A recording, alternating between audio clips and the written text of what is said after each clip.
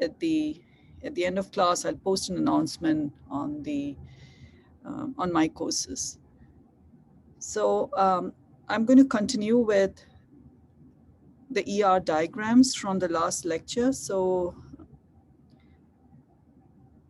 we spoke about how you get the entities, and we had strong entities and the weak entity.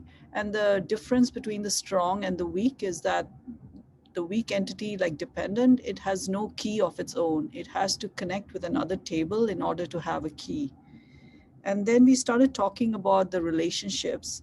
And the first one I went through is the association is how every employee works for a department. And so we came up with this mapping, which is a n:1 mapping. It's a many:1 mapping. So I'm going to continue with this unless someone has a question. Okay.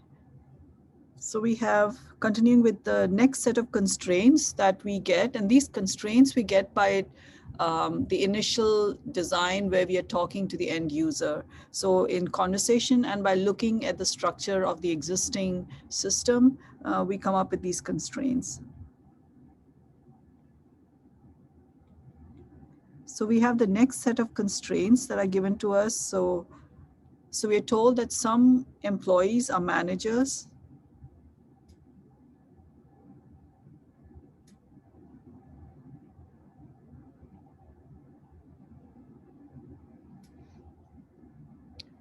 Yeah, so the last class we actually did the works for relationship. So we connected the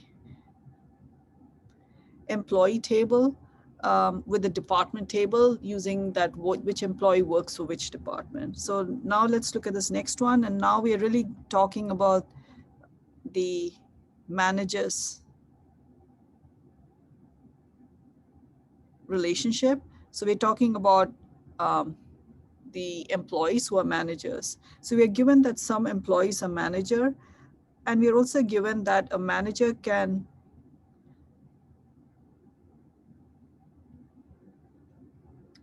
manage at most one department.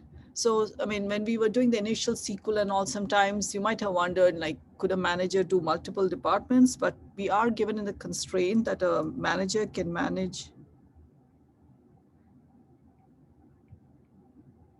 at most one department.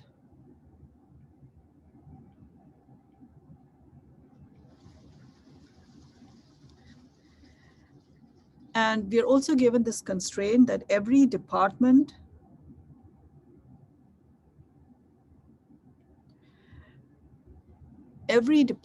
must have a manager, and a department can have at most one manager. So every department must have one and only one, so at most one manager.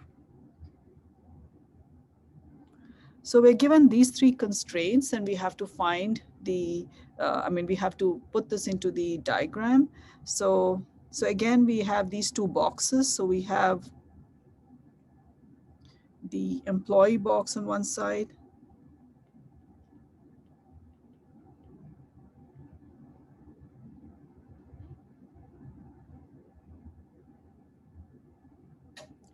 and we have the department because it's connected to a department. So we have the department box on the other side.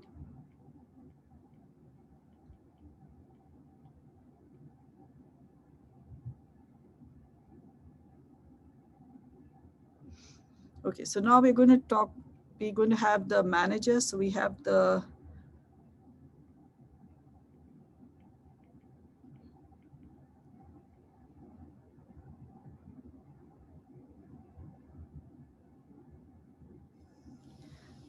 So now we have to link up these, and the linking we get from all these constraints that we have just written down out here.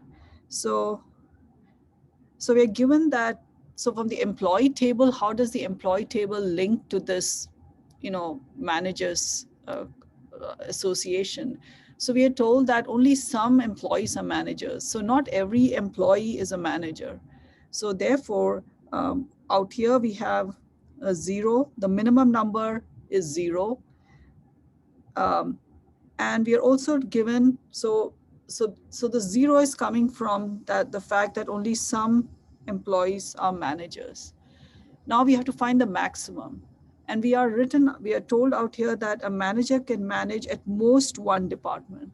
So therefore the maximum would be a 1, because that's the most that an employee can manage. So now we go to the other side, and we want to figure out the link between department and managers. And for that, we look at constraint number 3, which states that every department must have one and only one manager. So we can look at this and we know that the minimum and the max is a 1. And again, remember I said that if every entity in the department table is connected to this relationship, which means that you cannot have any department that does not have a manager, then you use the double line to signify that. And then using the textbook's notation, where we take we look at we put the max everywhere. So using that, this would be a 1:1 relationship. So this is a 1:1 relationship because we take the max from both sides and bring it down. Um, so, so that's how you get, so if you look at the sets, so let's take a look at the set. So let this be the employee set and let this be the department set. So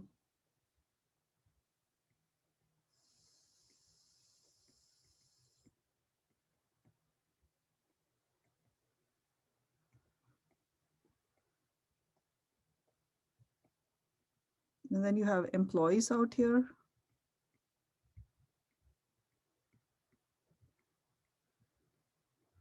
And so we know that all of these have to connect to.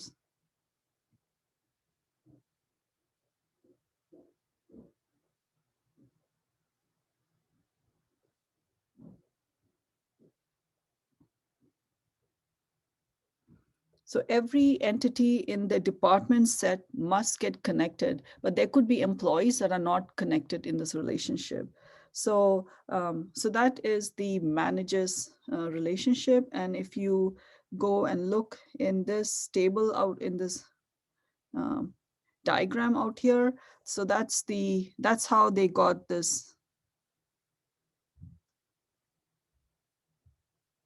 the managers relationship. Oh, and I forgot the manager start date is there, so that has to get hooked on too. So I forgot about that. So the manager start date. So we have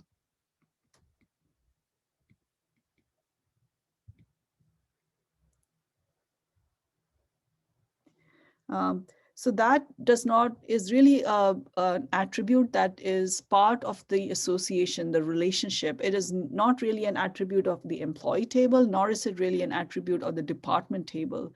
It is an attribute of this relationship between the two tables. So that's why I'm attaching it to managers. So that's how we get this particular, so I'm pretty much done here. So okay, so if you don't have any questions, I'll go to the next constraint because I want to do the entire diagram. So the next set of constraints, oh, and this, by the way, is a 1:1 relationship. It's a 1:1 relationship because every department has one manager and a manager can manage at most one department. So it's a 1:1 relationship.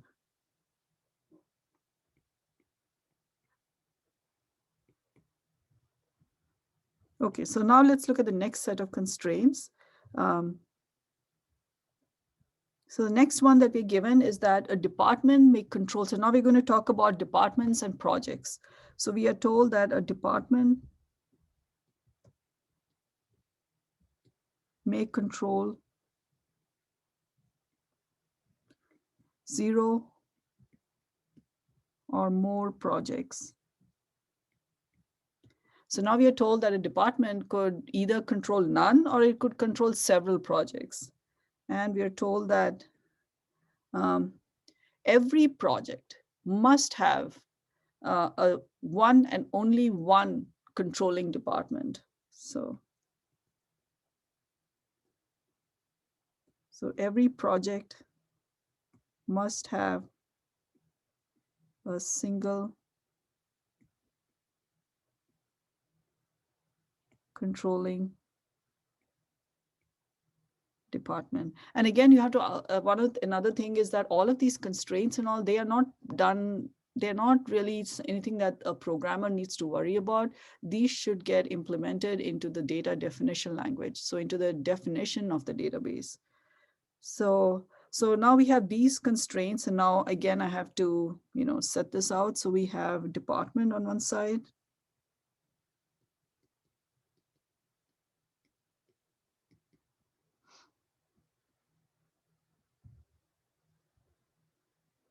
And we have project on the other side.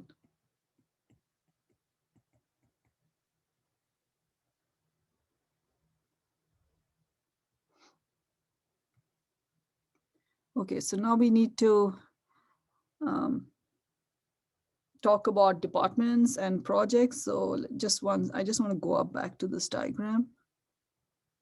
Yeah, so we are now talking about this one, department and project.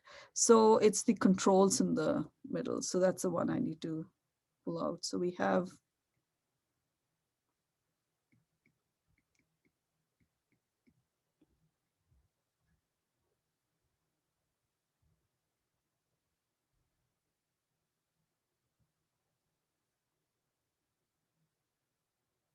okay, so now let's again look at the connection between them, because that's really important. So we are told a department may control 0 or more projects. So it's possible that a department is controlling none of the projects. So a minimum is 0, and it could be any number. So I'm going to put n number of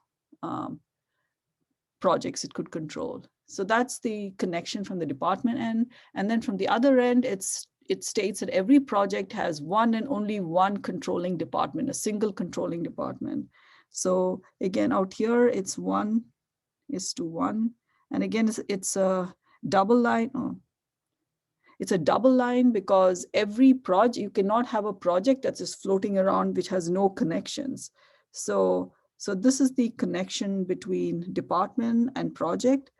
And if you so let's say we have a department D1, and this department could have several projects, P1, P2, P3, say maybe, let's say P10 projects.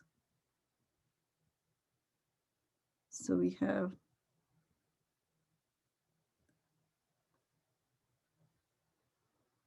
so this is a 1:n relationship. So we have just a minute. Yeah. So we have a 1 and n. And remember, I always said that you always pick the one that's on this side. The max goes here, and the other one, that's a easy way of remembering it. It comes here, and the other one. So it's a 1:n relationship.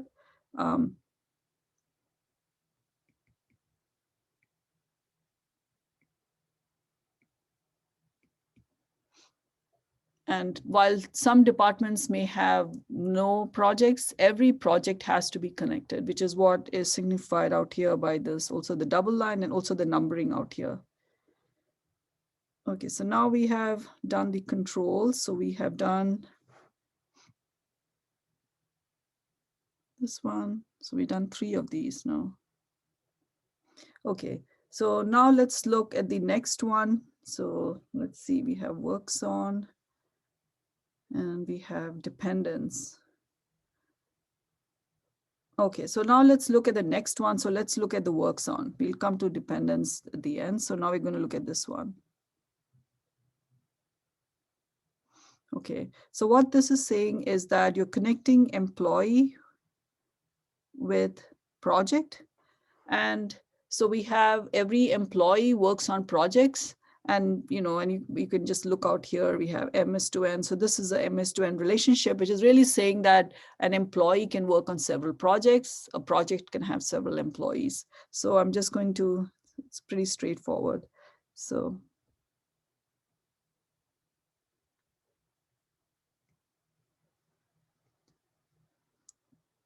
the next set of constraint is an employee works on one or more projects.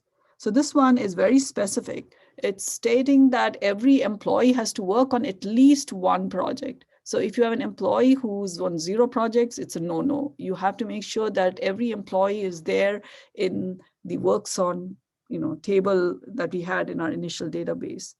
And then the next one is every project has one or more employees.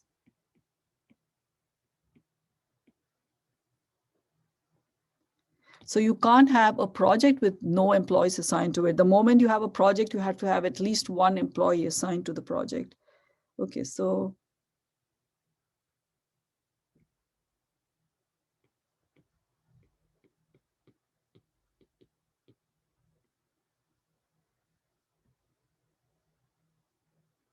we have the employee table and we have the project table.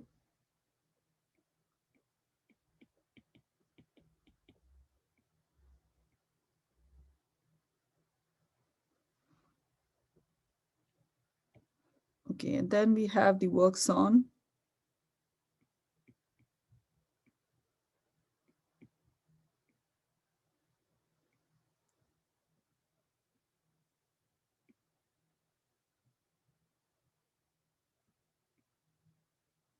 So again, we have to connect it. So in this case, both of them are double lines because in both the cases, it's been specified that every employee has to be working on at least one project. And it also says that every project has to have at least one employee. So they are both double lines on both ends. And then we have,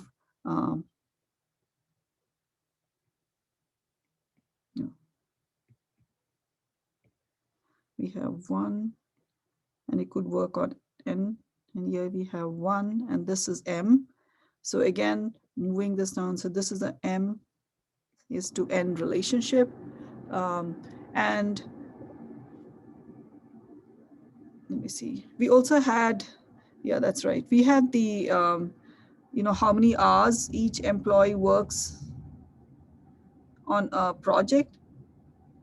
So this one is again an attribute that is connected to the relationship works on. It's really not an employee thing in the table because every employee works on a different project that for a certain number of hours. So this is again an attribute that you really want to connect to the relationship. So this is the first instance of a many-to-many relationship.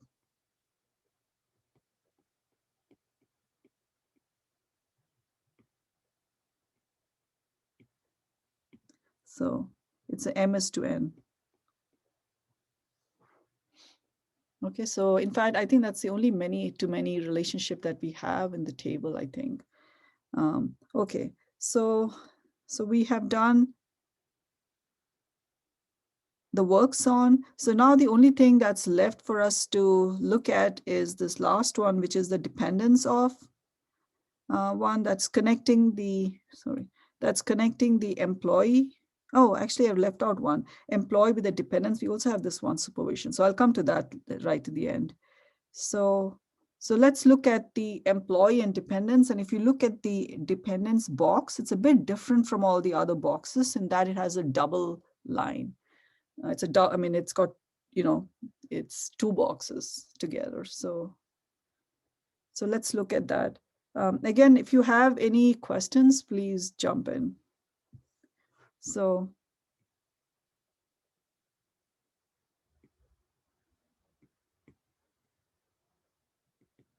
we are told that an employee may have no dependents or he could have several dependents. So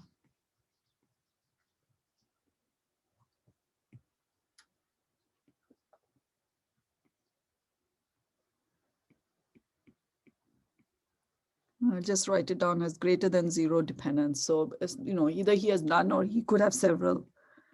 And then, so the next one is that every dependent must have some employee they're linked to. You can't have a dependent that's free floating. So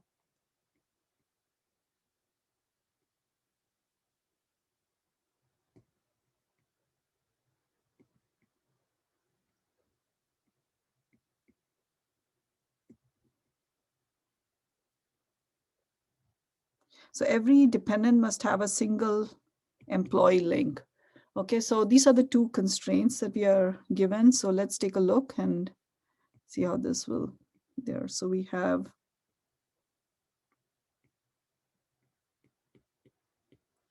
employee and you have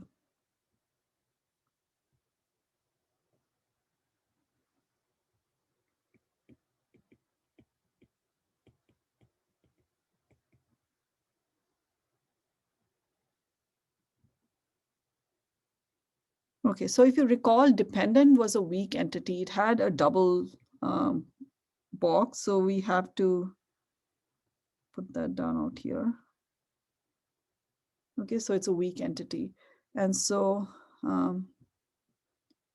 let's see. So we have employee.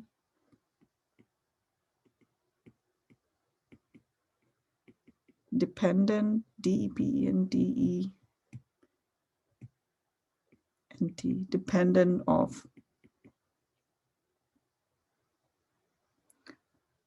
Okay.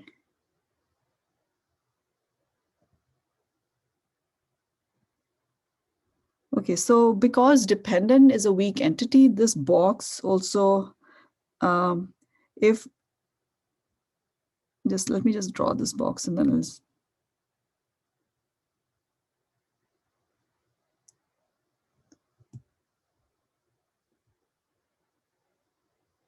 Okay, so the reason that this dependent of is a double box is that this is a relationship that gives dependent a key. Because without this relationship with employee, dependent would not have a key. So that is why this box is a double box.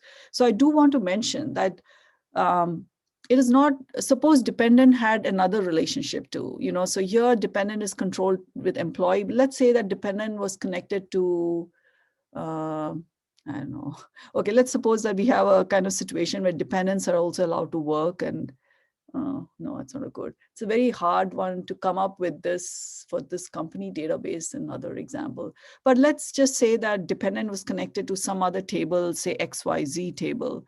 But if XYZ table is not the one that is giving dependent the key, then that box will not have a, this double line. The reason that this has a double line is that this is the relationship that gives dependent a key. Okay, so it is not at all necessary. In fact, I'll most probably give you an assignment problem where you have a weak entity that is connected to a box that doesn't have two lines. Unfortunately, in this particular company database, dependent only has one connection, I think. Yes, dependent only has one connection, and that's this one, and that's from where it's getting its key. But if it had another connection to some other relation, it's not necessary. It could have had a connection, to project, let's say, so you could have had a connection like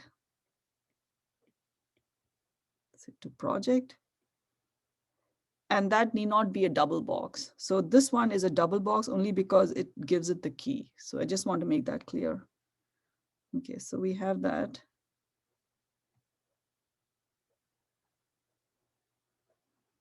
And so then we are told it is a 0. And so an employee could have many dependents, but, and here it's a 1:1 relationship. Okay, so which means that here it's a 1 and here it's an n relationship. Yeah, so that's the relationship between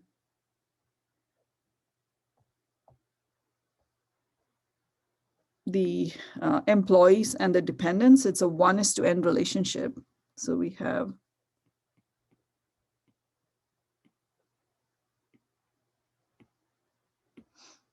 you could have one employee having three dependents.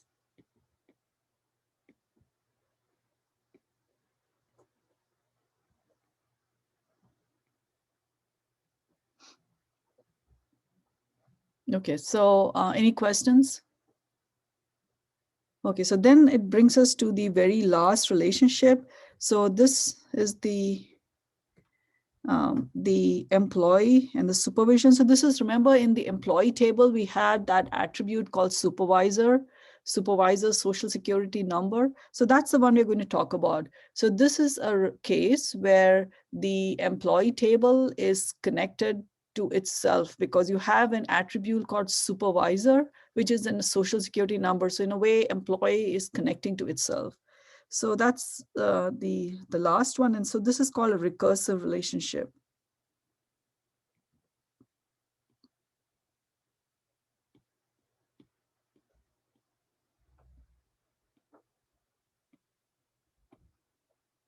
So the constraints that we have out here are,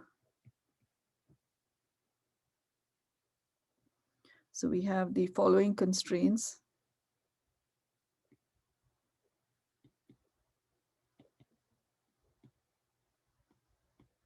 An employee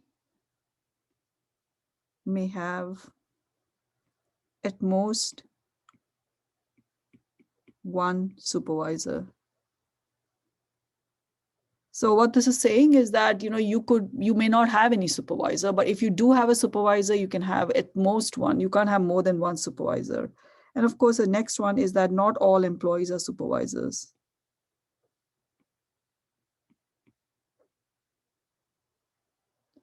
So if you recall, so I think someone had asked me, do supervisors have to be managers? So obviously in this set of constraints, they haven't said anything like that. If there had been one more constraint that said that every supervisor must also be a manager, or only managers can be supervisor, then that's another constraint you have to add on to this. And that, then, I mean, it's a good question, how would that fit into this diagram? So for this one, we'll make it simple. I'm just going to, I don't have that one. I just have not all employees are supervisors. So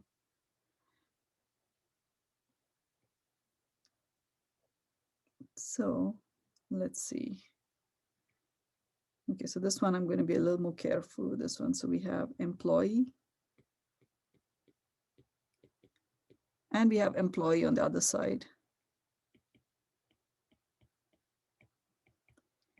So, but in order to differentiate between the two, I'm going to, because it's others going to be tough. So let this employee refer to a supervisor. Otherwise, it's difficult to explain this meaningfully. And this employee is referring to a supervisee. So the employees he's supervised. Okay. And then I have the box in the middle. So we have, let's put this box in.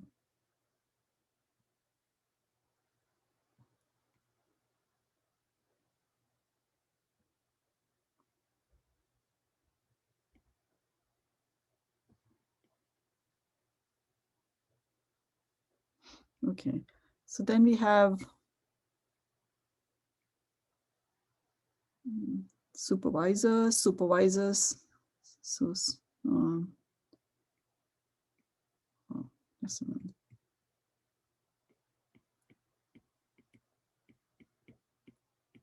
supervisors.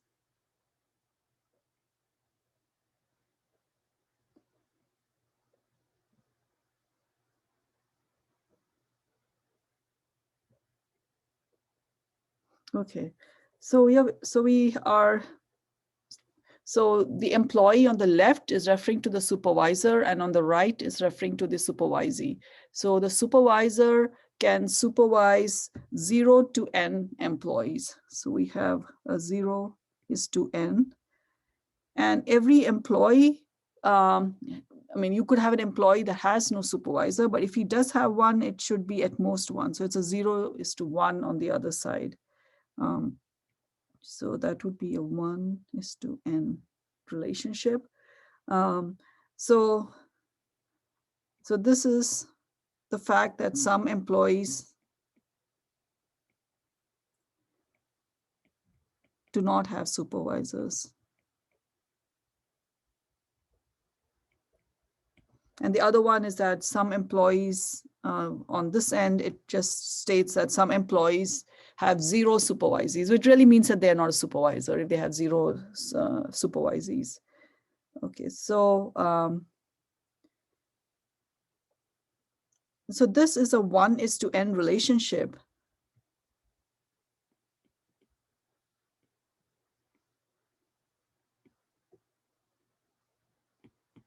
And so out here, just to explain, I drew it as 2 boxes. In general, in a diagram, the whole thing is just given as 1 box. So I would have, normally this would have been written down as just employee. So normally you have to kind of learn how to read the recursive relation. So we have, and then you have supervisors.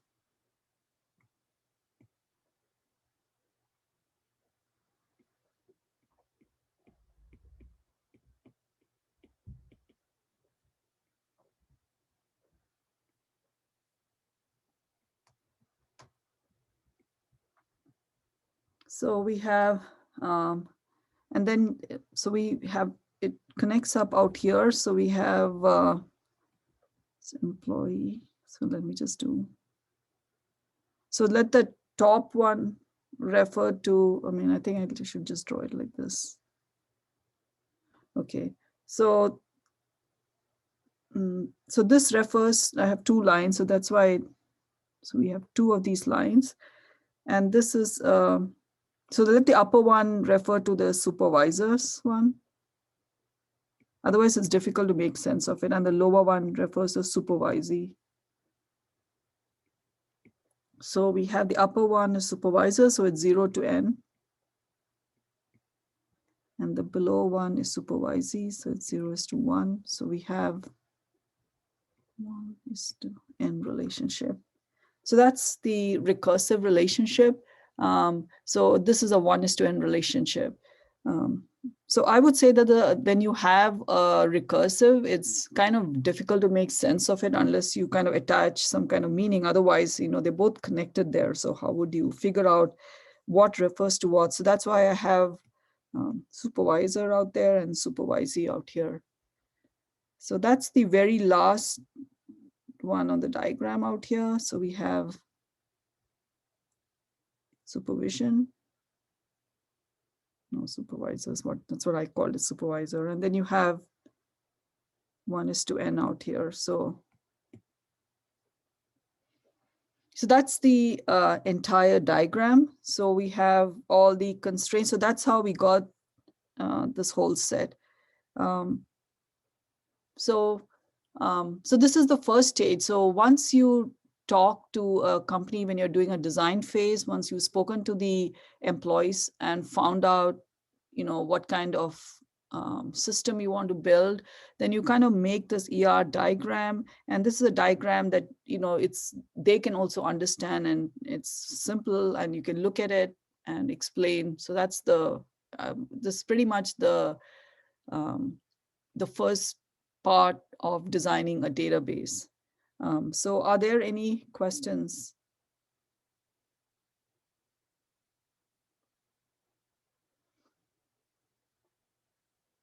Okay, so the good thing about an ER diagram is that once you have an ER diagram, and once the organization that you're developing the database for, so the company people, they sign off on it and say, okay, this ER diagram makes sense, this is okay. So the great thing about an ER diagram is that even though it is informal enough that a non-CS person can understand it, it's still formal enough that for the CS end, you can look at the diagram, and then from the diagram, we can automatically generate the tables. So that's the big advantage of these ER diagrams is the automatic generation of tables. So that's the next thing I'm going to talk about is how do you generate tables from the ER diagrams. So by the way, one of the important things when we are doing this is to look at the relationships that we have out here. So we had the following relationships that we found. So we had, oh, let's do it on a,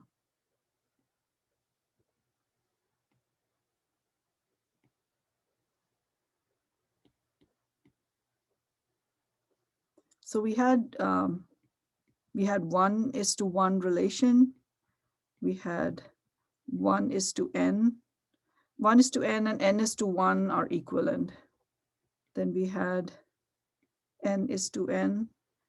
Sometimes I use the colon in the middle. Sometimes I use this hash. Sometimes I use, dot dots. So they all just mean the same. So we have 1:n, n:n, or m:(n) is the third one, or m:(n) relationship. And then in the diagram, we spoke about total participation, because that's important too when we create the tables. And that we use the double line for that. And then we had the recursive relationship. And then we also had the weak entity, the dependent kind of relationship. So we kind of showed all of these in the diagram so far. So from here, if you don't have any questions, I'm going to move on to the next topic, which is using the ER diagrams to generate the tables. So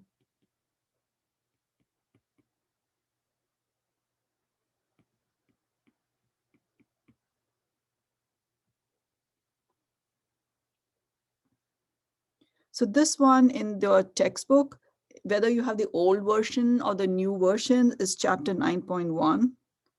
So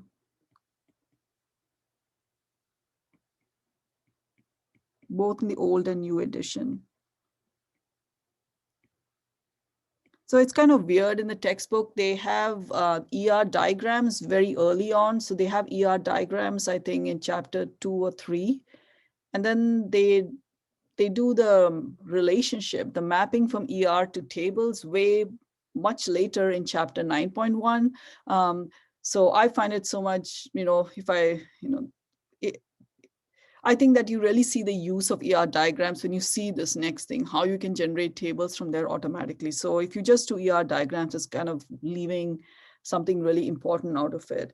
So I'm going to now move on to ER diagrams to tables. So I'm going to just do the algorithm because it's really an algorithm. Once you have an ER diagram, you don't even really need a human being out there. So creating the ER diagram, it needs us, people, because we have to talk to people, and that's how you generate the ER diagram. It's by not only looking at a system, analyzing a system, it's also talking. It requires skills, and it's kind of difficult to define, because like I mentioned, is that once you have an idea what everything is, some of the design decisions, it really depends. Two very good designers might come up with slightly different initial designs.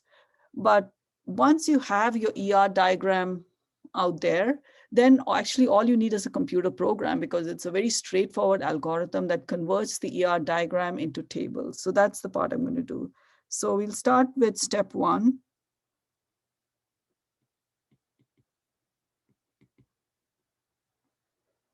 So this is called the strong entity rule.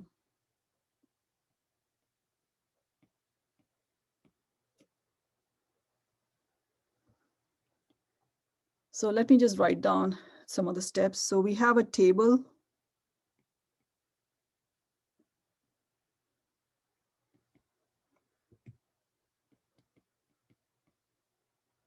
Consisting of simple attributes.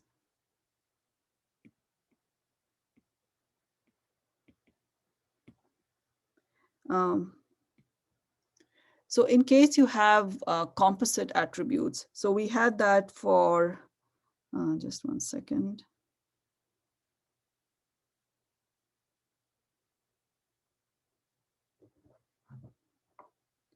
Okay, so if you look at the employee table out here, so you have this entity name. So name is a composite attribute. So there are attributes that are not simple. So when you're in the strong entity rule, everything has to be a simple attribute. So if you have an attribute that is not simple, you have to convert it to a simple attribute. So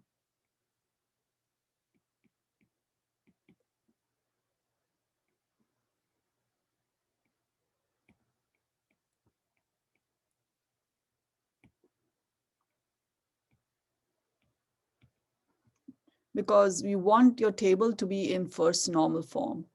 Okay, so then, and then if you look at the employee table out here, when I was showing the employee table, I had both social security number and name as a key.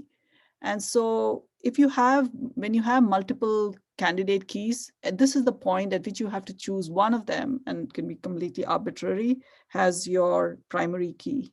So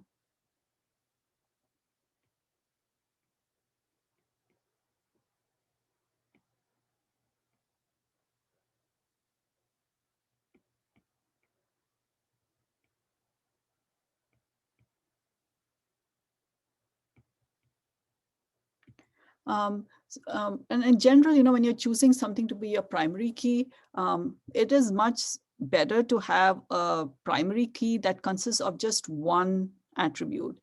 So name consists of three attributes. It's a composite attribute: first name, middle name, and last name. And social security number, on the other hand, is just one attribute. So if you have to choose, always go with the minimum number of attributes in a key. So even though it doesn't matter, I would say that generating queries and joining tables, everything else is a lot simpler if you choose a single, if you choose primary keys to be those that have the smallest number of attributes. Okay, so that's the strong entity rule. So for strong entity, what you have to do is you look at all the strong entities that we had identified earlier. And remember, the strong entities we had identified were employee, department, project.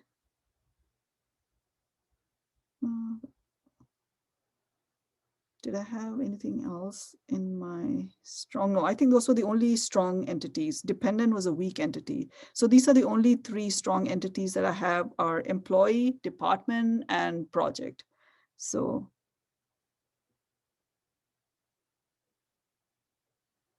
we have employee, and then you put down all the attributes for employee. So we have social security number, birth date, address, salary, first name, middle initial, last name, sex. Okay, so those were the attributes for the employee table, and let's have social security number be the primary key. So you underline that.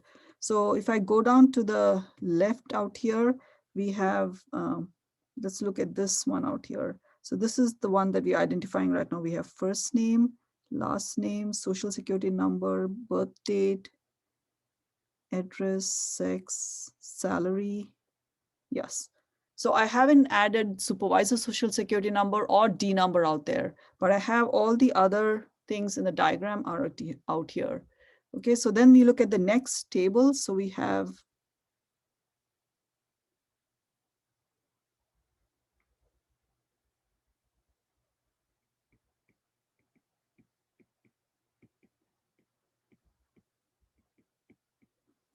department, and we have So we had two attributes. We had D number and we had D name.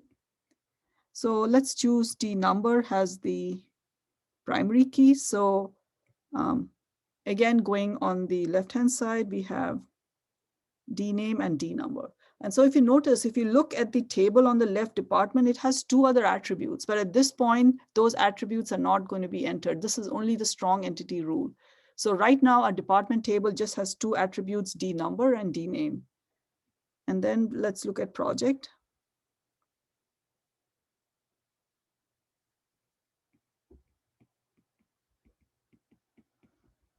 And then project has P number, P name, and P location. And we identify P number as the primary key, we underline it. So again, going off to the left-hand side, we have P name and P location. Okay, so do you have any questions? Did you understand the strong entity rule?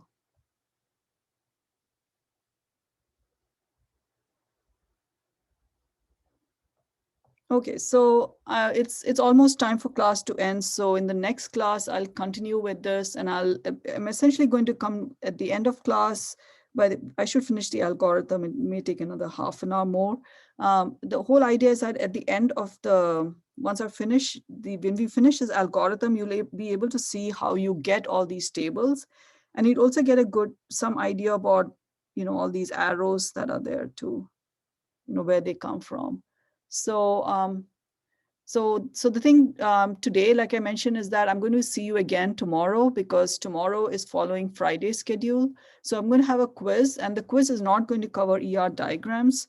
I think the main reason I'm not going to have ER diagrams on the quiz is, I'm trying to see why. I could easily give you ER diagrams, but given that you only have one day to study, and then we have this Monday, Tuesday, Wednesday, so I'm just going to make it easy. I'm just going to give you the fourth normal form and MVD. So I'm only going to test you on that on the quiz tomorrow. So we'll have class, we'll have a quiz in the start, and